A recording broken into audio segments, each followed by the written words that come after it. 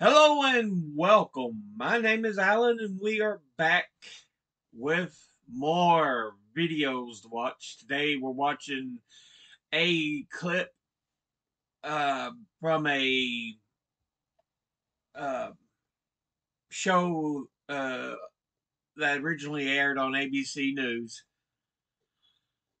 Uh, I don't know if it was like Dateline or Inside. Well, it wouldn't really be Inside Edition, but 60 Minutes or anything like that. I know all of them aren't ABC shows, but it was very news esque. As you can see, I was searching for some stuff on James Baldwin, but I was like, I found this though. We're going to watch this. It talks a great deal about people, the African Americans, after they were free from slavery. What life was like. Get to hear directly from some of them. So let's go ahead and get into this here. Henry Falk may have experienced the most profound effect. He was a graduate student when he interviewed the former slaves, including the two women you hear in this broadcast. Himself interviewed just before he died in 1979, Falk was going on about how he believed in giving blacks the right to go to school, giving them the right to vote, giving them the right to go into anything they qualified for. And then he said he experienced an epiphany. I was sitting out on a wagon tongue with this old black man and was telling him what a different kind of white man I was. I remember him looking at me very sadly and kind of sweetly and condescending and said, "You know, you still got the disease, honey. I know you think you're cured, but you're not cured. You can't give me the right to be a human being. I'm born with that right. Now you..." Think about that. Give him the right to education. Give him the right to vote. Give him, freedom. You don't give him anything. It's been taken away from him. You may no longer you you may refuse to stand in the way, but yeah, you don't give him that right. That right's been taken. You can keep me from having that. If you've got all the policemen and all the jobs on your side, you can deprive me of it. But you can't give it to me. Because I was born with it just like you was. And my God, it had a profound effect on me. I was furious with him. But the more I reflected on it, the more profoundly it affected me. And I realized this was where it really was. Tell you the truth, when I think of it today, I don't know how I'm living. I remember that just as well. Look like to me, I can. Been slaves all our lives, and mother was a slave, sister was a slave, father was a slave. They know nothing about reading right. All that I know, they teach you to mind your master and your mistress.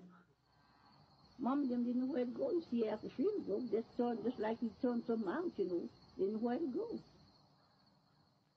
They are haunting voices from the past, not actors reading a script or scholars reading a text, but the actual voices of men and women, Americans, who were born in slavery. My name is Fountain Hughes. I was born in Charlottesville, Virginia. My grandfather belonged to Thomas Jefferson. My grandfather was 115 years old when he died. And now I am 101 years old. Other people didn't have no beds when they were slaves. You want to sleep on the floor. Side up here and side up there. Just like a lot of wild people. We didn't know nothing. Didn't like to look at no book. Harriet Smith, remembering what she saw as a small girl during the final days of the Civil War.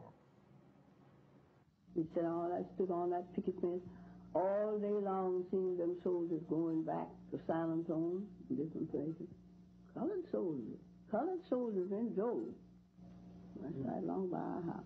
Our home is a two-story house, a white folks. These recorded memories were among thousands of interviews done with ex-slaves in the 1930s and 40s. Can you remember? So yeah, these, you know, the slaves were elderly, former slaves. Let me correct what I had said there. These former slaves were elderly at this point. You got to remember the Civil War ends in 1865. So that's still 35, and then you add on the 30s. So yeah, you're looking 65, 75, 80 years after, the most of these slaves, former slaves, were young during the time of slavery. Most of them were likely children or very young adults in their teens. So, Remember slavery days very Of well? course, I remember all our white folks and all the names of them, all the children. Call every one of the children's names. Who did you belong to? Jim Bunton, the baby boy. The results of these digitally enhanced recordings are arresting, almost unbelievable. The idea of hearing the voices of actual slaves from the plantations of the Old South is as powerful, as startling, really, as if you could hear Abraham Lincoln or Robert E. Lee speak. Listen again to Fountain Hughes, who was born in 1848. We were slaves. We belonged to people. They sell us like they sell horses and cows and hogs and all like that. Have an auction bench and put you up on the bench and bid on you the same as bidding on cattle, you know. Much of what these three former slaves say may at first seem unremarkable. Much of what they say may surprise and upset, and their calm demeanor is at odds with the evil and violence we associate with slavery. Here is 91-year-old Texan Laura Smalley talking in the 1940s about the outcome of a tussle between two women, one black, one white, one slave, one mistress. The mistress tried to slap the slave, but the black woman pushed her into a chair.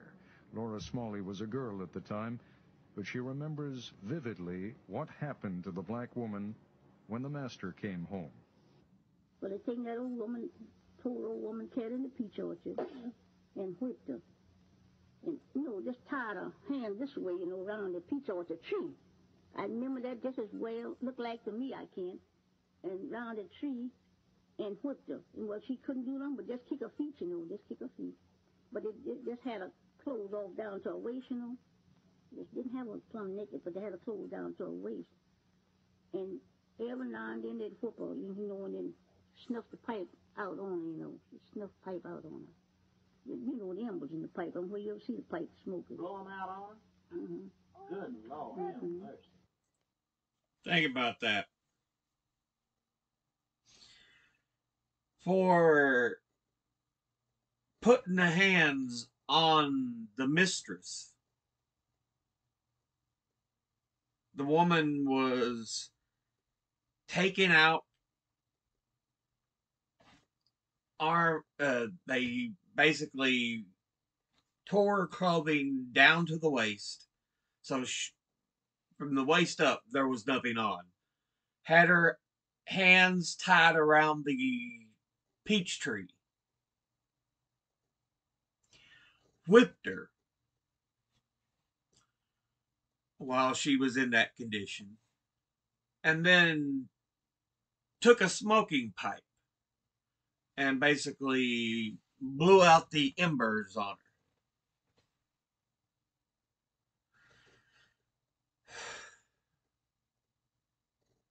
Yeah. The plantation on which Smalley was a slave sounds brutal. She recalls scrambling with other children for food from a huge wooden tray, like a hog trough. All of them, would get around that tray with spoons and eat, something like mush or soup or something like that. And all them children get around there and just eat, eat, eat, eat. Fountain Hughes tells his interviewer about the relentless round of work for him on a Virginia plantation. Night never comes out. You have nothing to do. Time to cut tobacco. If they want you to cut all night long out in the field, you cut. And if they want you to hang all night long, you hang tobacco. It didn't matter about your tired, being tired, you're afraid to say you're tired. It was cotton, not tobacco, that solidified slavery, though. The invention of the cotton gin at the end of the 18th century made its processing easy, but the crop still needed enormous amounts of unskilled labor. Control of the slave and his labor through laws and regulations became paramount. Fountain Hughes talks about one of those controls, the pass system. Now, I couldn't go from here across the street, or I couldn't go to nobody's house without I have a note or something from my master. And if I had that pass, that was what we call a pass. If I had that pass, I could go wherever he sent me, and I'd have to be back. Whoever he sent me to, they'd give me another pass, and I'd bring that back, so to show how long. Yeah. You'd have to have a pass to go to the location and the place you arrived at before you go from there back. You have to get a pass from them saying, yes, you have been given the permission to leave to head back.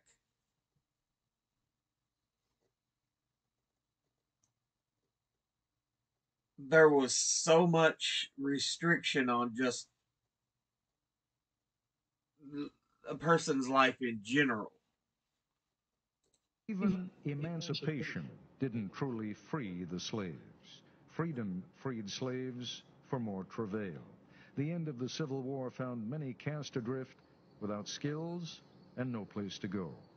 And the Yankees who freed them weren't always seen as benevolent liberators.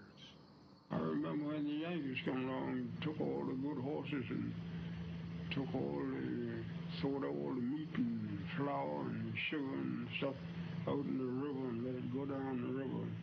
And they know the people wouldn't have nothing to live on, but they done that. The ex-slaves left one hell for another, perhaps an even more dangerous one. No longer property, they didn't have the protections afforded property.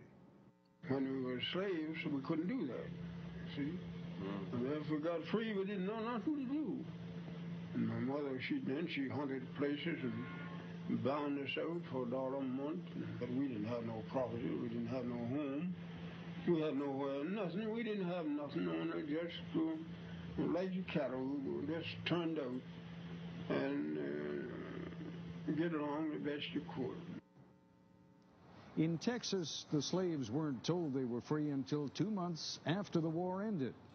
Smalley remembers that her masters gave the slaves a dinner, and then they were free. I don't hide the other side of the folks, freedom. We didn't know. They just thought, were just feeding us, Them didn't know where to go. You see, after freedom broke, just like he turned something out, didn't know where to go. That's just where they stayed. Didn't know where to go. Turn us out just like, you turn out cattle. In the narratives, the slaves used an interesting phrase for the end of slavery. They say, when the break came. Good times, easy times were not at hand. The trials for millions of black Americans didn't end in 1865. They continued. Laura Smalley and her family became sharecroppers. Harriet Smith's first husband was killed by whites during the Reconstruction, probably because of his political organizing.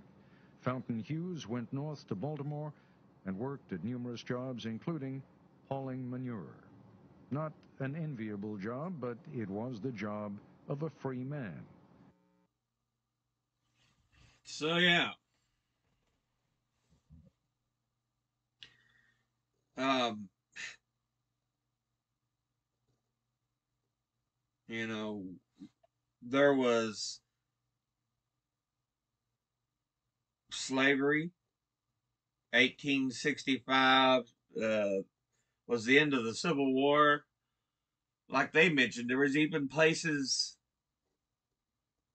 uh, throughout the South that probably still didn't release slaves until after, because they talked about the one woman from Texas. She talked about it was 2 months after the actual emancipation came that anybody actually was emancipated and for her in Texas. Um, yeah, it's ridiculous.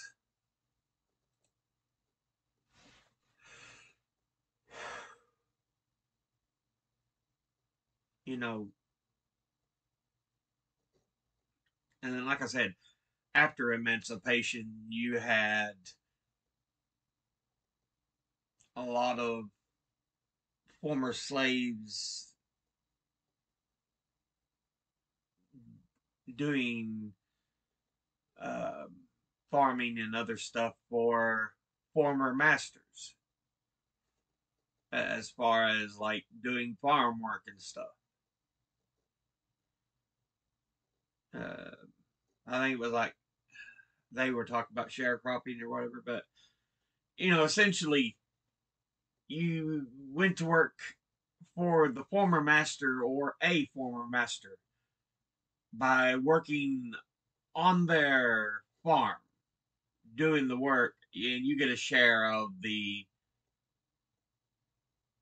food and stuff.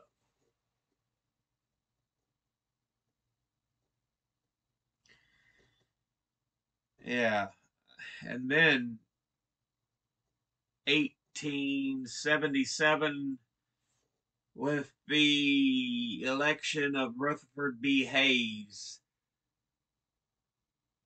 the bargain was struck to end Reconstruction. And that's when we see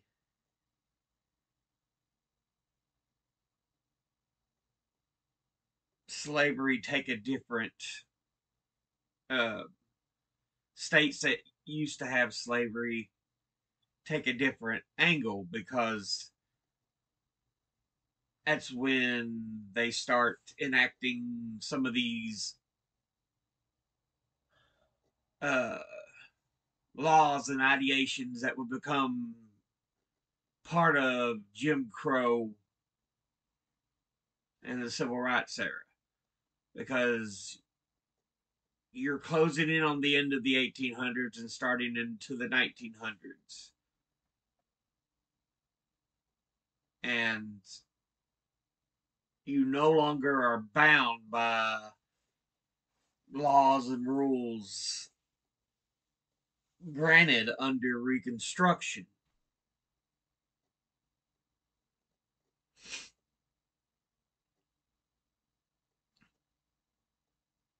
So yeah,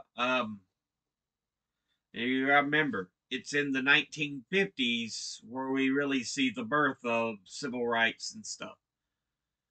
But yeah, 77 to 1950, 54 was the Brown v. Board of Education case decision. So yeah, let's hit that because that was probably one of the earliest notices there. that is almost 100 years of just, you know,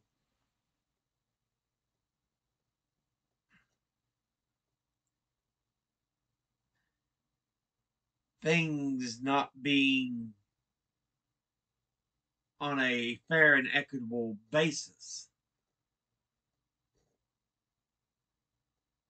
You know, that's one of the whole points of, shoot, what was the name of the case?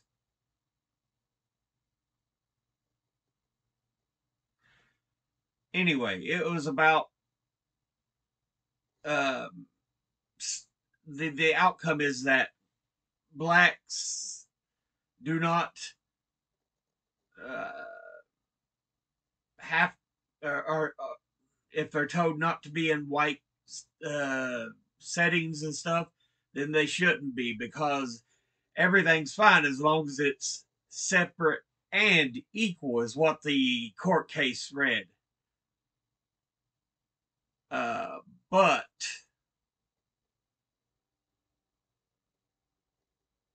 that would later be overturned in the Supreme Court, because it's inherently unequal to have separate facilities.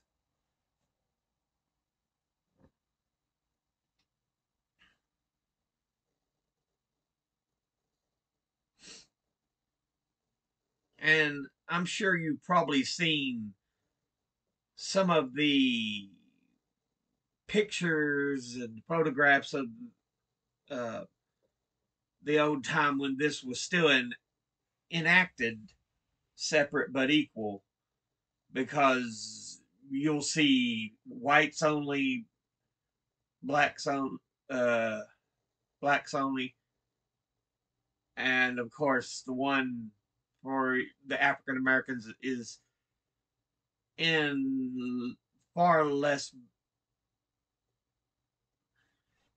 Well, the one for whites is in far better shape.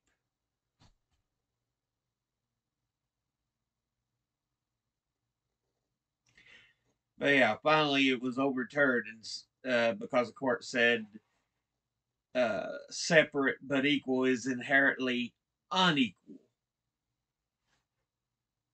I believe that's what they said, if I remember right. But yeah, um, and finally we hit the era of civil rights. You have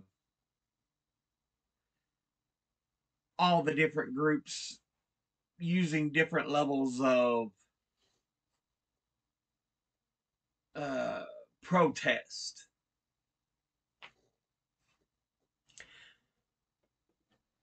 You know, you had groups that would totally denounce any ideation or possibility of violence.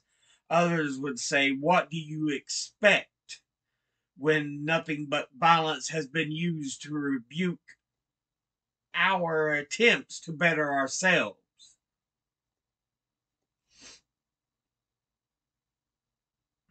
And you have different organizations: NAACP, Congress of Racial Equality, the, uh, what was it?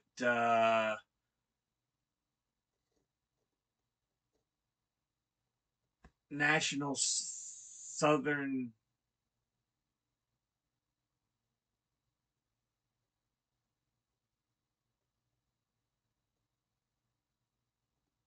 It might have been Negro Southern Leadership Conference. In NSLC, NSLS, or NSLC, maybe Nash Negro Christian Leadership Conference. There we go, NCLC. And shoot, I can't remember what the other one was. But then you also had groups like the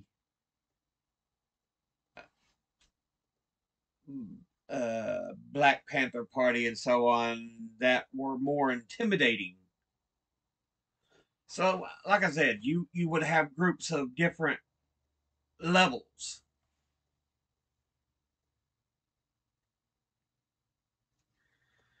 And, to try to paint them all with one single brush would be complete and utter folly. But at this point, this video is a pretty good length, so I'll go ahead and end this here.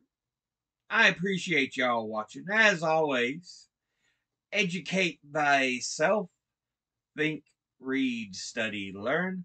Someone tries to tell you something you have trouble believing, ask them to cite their sources.